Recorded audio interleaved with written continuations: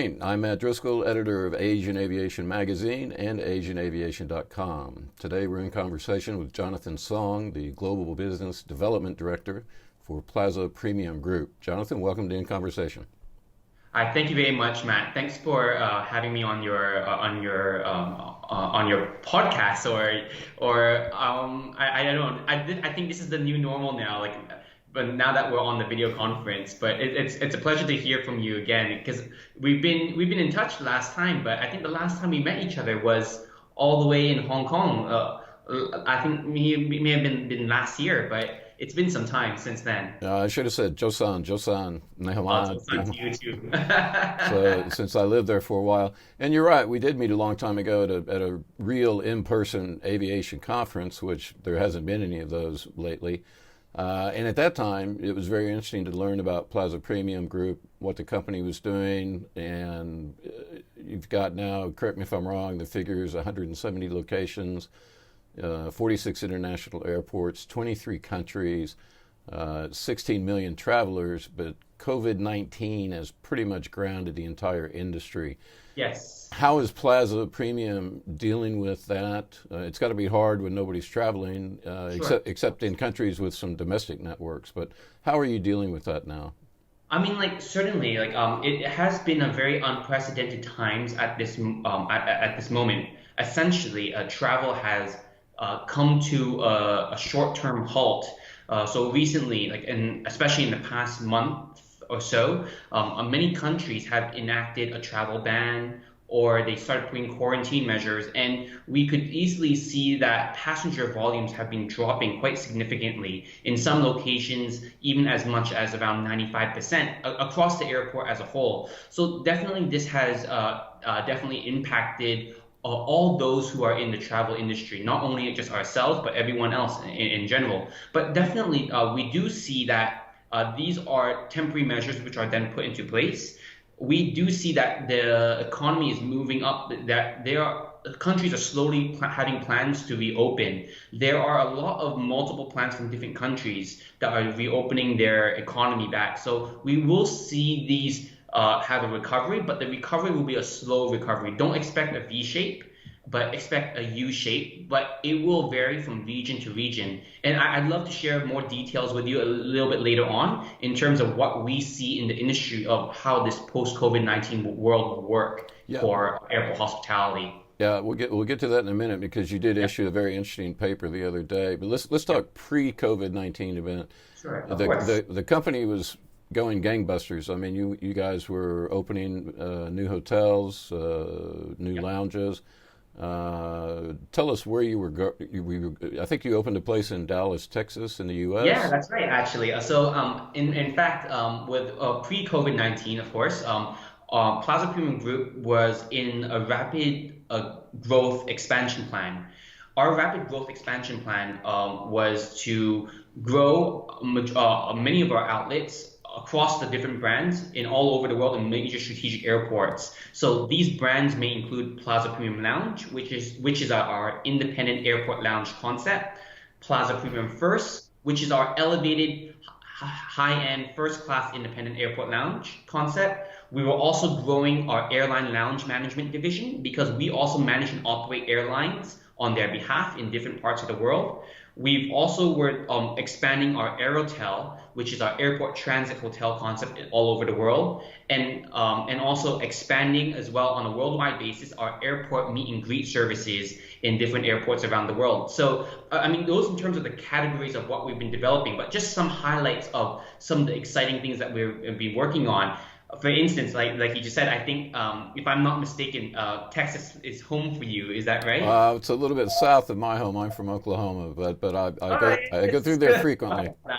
Close, sort of close by, but yeah. So for Texas, we're going to be developing 2 airport lounges in Texas, in the airport of DFW. So it's one of the first ever lounges and operations that we'll have in the United States. So that will be a big significant milestone.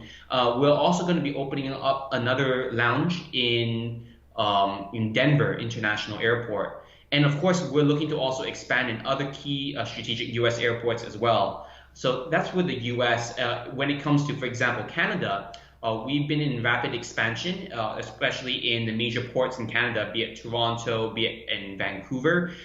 We recently did a major renovation of our existing outlets, plus because of the strong demand that we had, we actually expanded our existing outlets to make it a bigger size. So that's what we have for Canada, and then that's for the US. But there's been a lot going on, especially in other parts of the world, be it in the Middle East, for example. In the Middle East, we recently then just opened our Plaza Premium Lounge in Dubai International Airport. So that's a significant milestone, as Dubai is a very important station in the Middle East. So we have that, and we've also secured, and I'm sure this is already made out there, but in Abu Dhabi, we already have the existing lounges. But in addition to that, in the future, for the new upcoming midfield terminal concourse, we will be, as Plaza Premium Group, be the official meet and greet service provider for the entire midfield terminal concourse for Abu Dhabi, as well as the developer and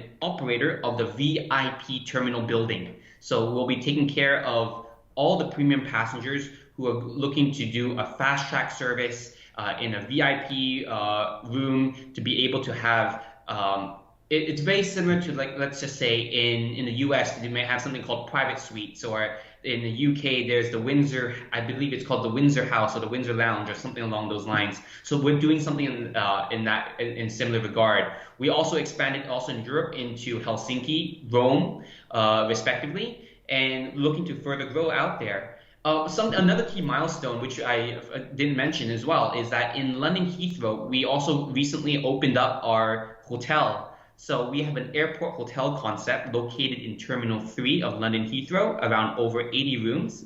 And this has been a huge success from the day of opening.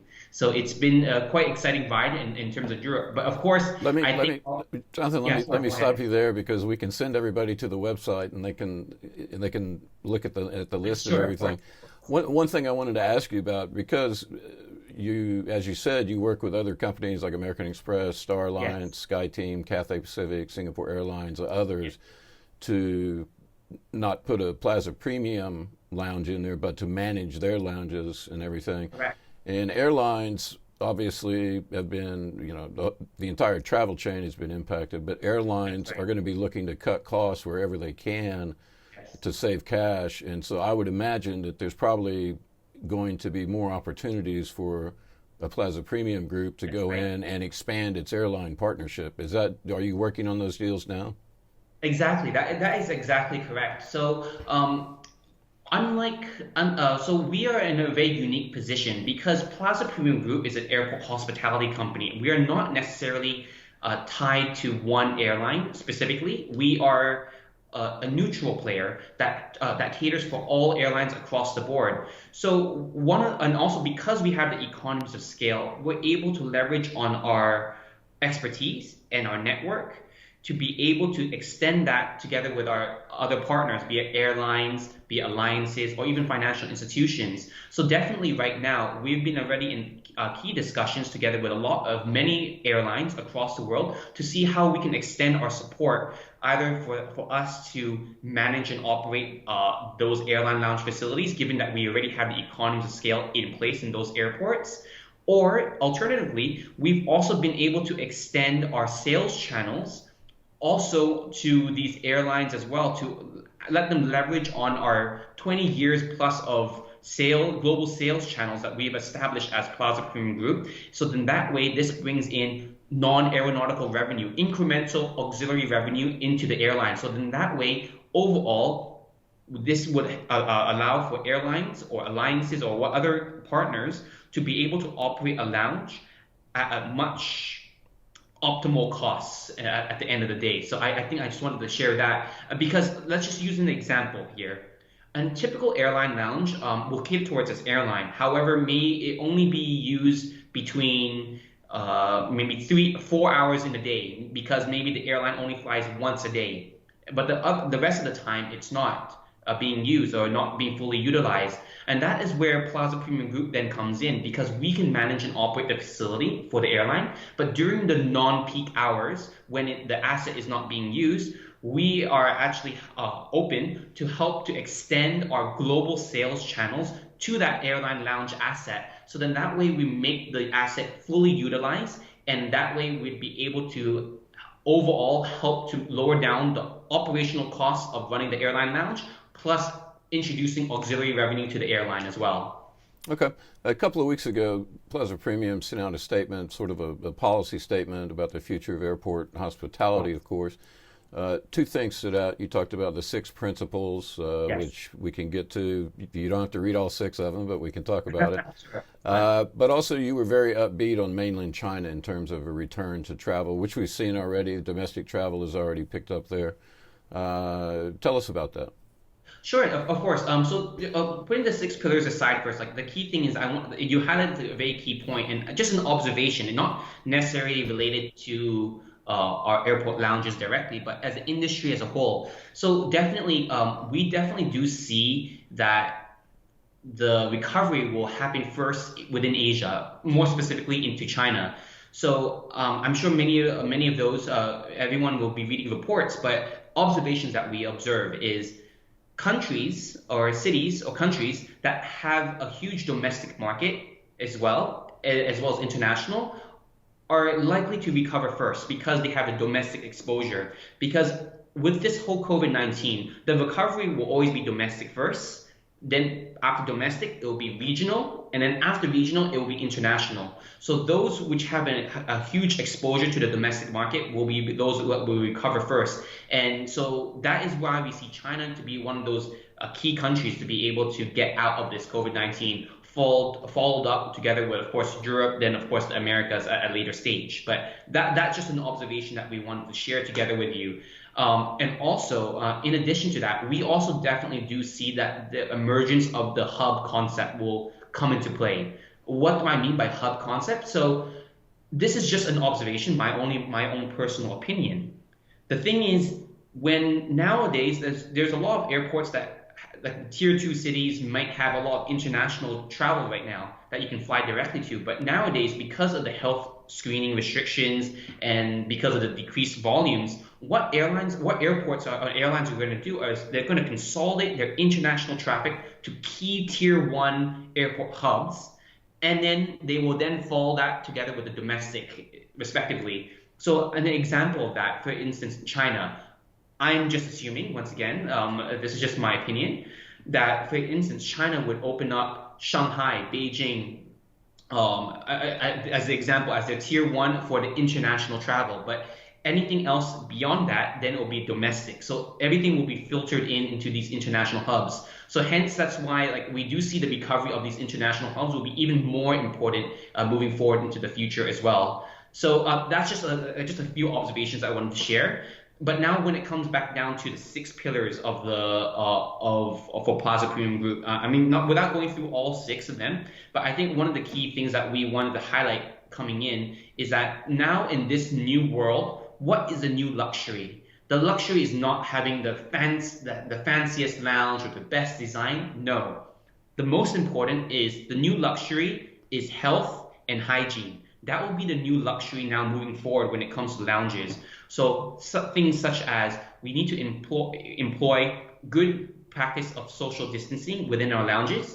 We need to also make sure that we remove or reduce the buffet or the self-service buffet, because what we want to do is to make sure that there's less contact or everyone touching the same utensils or so forth, because I think everyone is in that anxious mood, and it's actually not, I don't think people would feel safe on doing it. So we've been looking at packaged, pre-ready packaged food that we make already in our kitchens, and we have that ready for the customer. At the same time, we've actually been deploying a little bit of digital innovation. So moving forward, maybe instead of moving towards a buffet, what we have is what we call is a made-to-order food solution. Made-to-order food solution essentially means that you sit down at any table within the lounge, you have a QR code.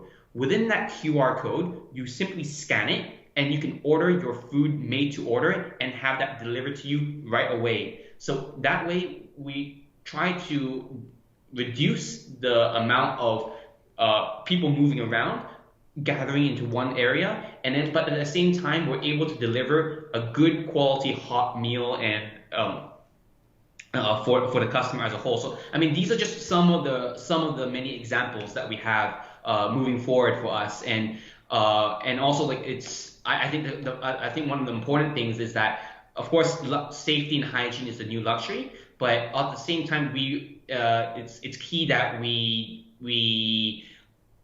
take also advantage of this situation to also continue growing, and that's, as I shared with you, is our key to our expansion plans, which I alluded to earlier on, that it's not only just limited to surviving on what we have today, but actually looking forward to the future, because the future will be very different, and there will be a lot of airlines and airport partners that will need support after COVID-19. And I think with Plaza Premium Group, we are positioned very well to be that key support moving forward in the future. Yeah, let me jump in there. We talk about business travel restarting, and the Global Business Travel Association came out with some statistics the other day that there was some optimism for that.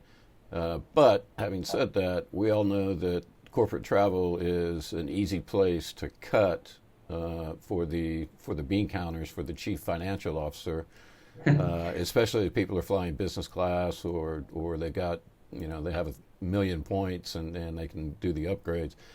And everybody is doing just what we're doing now, where they've got Skype, Microsoft Teams, Zoom, Cisco WebEx, and all of that. I'm hearing that business travel will return, but I'm also hearing that it's going to take there seems to be some disagreement about how much time it's going to take. Of course. Of course. No, I completely agree. Like there will be a shift and change in the industry where people will think a little bit different on their business travel, whether they always need to be flying over to a place to do the business travel, when they can use technologies like Zoom, Skype, Microsoft Teams. Yes, however, nonetheless, I still strongly quite believe that commerce in general needs to there is a face-to-face interaction when one does business in any economy as a whole. So it will gradually definitely return. But also one key thing though is that how I think with Plaza Premium Group is that, yes, although there will be less people flying business class, but the thing is that people will still fly nonetheless. And I think that's where we're positioned quite uniquely, because for us, I always like to have the saying, but might be a little bit of a joke, like what we say, is that you don't necessarily have to be VIP in the air, but you can be VIP on the ground. And that's where we can come in to deliver that VIP experience on the ground at a much lower marginal cost. So being able to support that corporate travel industry moving forward as well. I'm curious, given your earlier expansion plans, I mean, really impressive growth. Is the company sort of, and you mentioned in the presentation that you sent out the other day, yes, cash is king. We've seen airlines trying to raise money. We've seen airports trying to raise money. Lessors are looking to raise money. Are you out in the market looking to raise more money for opportunities as they come along, as the skies open again? Of course. So as shared before, like with our group, that we're in a very unique position where we've had a very successful business already. So definitely from that position of our existing, we are in a safe position. But we're not looking just for the short-term survival. Actually, in fact, in our minds already, we already have plans to expand further. So we could be looking for financial funding and financials per se, but that is not for our existing, but it's actually more geared towards the future expansion plans. And especially in a way, like this has already been always in our minds, but simply put, COVID-19 helped to, well, not help, but it indirectly accelerated our plans that we would have to speed up on this, because once again, as I shared, there are some airlines or even airports, which are airport partners, which are having some challenges. But with these challenges also come opportunities where we can work in a collaborative partnership together with them. I mean, an example is, a lot of airports, a lot of real estates, that used to be all filled up and there was never any space, no chance to get into that airport, it's a very different story now. Now there are availabilities out there that for potential to work together with airports to identify space that was once not there before. I mean, same thing goes with the airlines. Airlines want someone to help them to deliver a good, excellent quality of service, but at the same time being able to manage their costs and effectively. And that's where we can help together with an airline perspective and both an airport perspective. So yes, I'm just opening up, like we are in that expansion mode, but it's just essentially accelerated because of COVID-19. Right.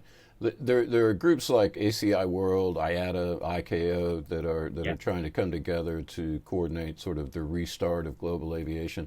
Yes. Is there a similar association that represents not just the hospitality industry in general, but the aviation hospitality? Is there a club that you and your fellow lounge promoters? I wish there was a club, but I would say more of an informal process, because we do definitely keep in contact with a lot of the airport lounge providers or airlines and what have you. But this is more of an indirect approach. So we do definitely keep in contact, and we follow very closely on the updates of airlines, airports, or even government policies that will in a way dictate how the recovery is going to look like. So in that case, that's what we currently do at the moment of time. Okay. Another principle you discussed in the PDF that you sent out was sustainability. Yes. Walk us through what Plaza Premium is doing in that area. Yeah. So of course, so within the sustainability, I mean, of course, like one of the key things that have changed fundamentally when we do our post-COVID-19, especially when it comes to our food and beverage offerings, we had to change a few things because now no longer is buffet acceptable. So one such things, of course, is that we're changing up the kind of food and menu offerings. So number one is we need to incorporate a lot of new innovations that everyone's coming up with. So we've actually worked together with companies. For example, in Hong Kong, there's a Hong Kong company called Green Monday that we work together with, and they helped together to develop something called the Omniport, for instance. But these are all vegetarian options that we have. That's something that we've been working on. We developed with the Beyond Meat burgers, and so we just changing up the menus to be able to cater towards all sectors across our consumers. But another thing that we've also been doing is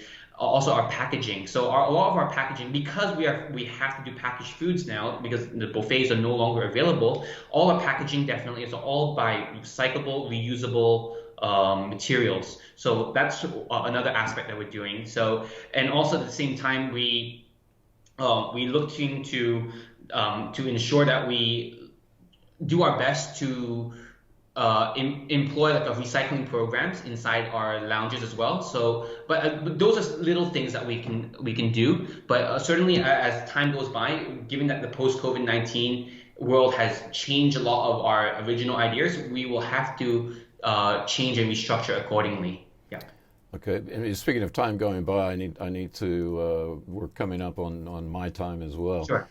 Finally, I know that the pandemic, it's a serious thing. People have lost their lives, more than 300,000 people around the world, millions have lost their jobs. I know it's hard to find a bright spot in all this, but is there a bright spot, not just for Plaza Premium, but sort of for the industry as a whole? Yeah, right now it's going through quite bleak times, definitely. I mean, with the cases and so forth, and aviation as a whole. But just show you just glimmers of hope. Just recently, just yesterday or 2 days ago, our lounges are actually reopening now. So our domestic lounges in India, across the entire Indian network, is all reopening. So I would be happy to, on a separate message, I'd love to share photos with you to show the reopening and how we're actually implementing our post-COVID-19 operations, temperature checks, employing social distancing, hand sanitizers everywhere, making sure that we do our rounds of sanitizing of the entire facility for every 2 hours or so. So, I mean, this is just, it's a glimpse of hope. So it shows that actually so long as a country has domestic traffic, it will come back. And it's also glimmers of hope because we can see that a lot of airlines have been restructuring. Like, restructuring themselves, so they're actually preparing for the future. So we know that there is a recovery coming into works. It will be a hard journey. Don't expect it to come immediately at the end of 2020, but at least by 2021 or 2022, we would be expecting to see our travels back to post-COVID, pre-COVID-19 days. And also at the same time, I'm sure that there's a lot of amped up feelings of people wanting to travel as well. So it's just a matter of time. So if once the restrictions can come into place, and then so long as we can ensure there's health and safety and security in these specific lounge facilities or in travel in general, I think there will be a good gradual recovery in the aviation industry. Jonathon Song, Global Business Development Director, Plaza Premium Group. I'm going to say a little bit of Cantonese, Ngoisai. But thanks for joining me in conversation. Of course, no, thank you very much, Matt. I really appreciate it. Stay well, stay safe, and all the best to you. Thanks.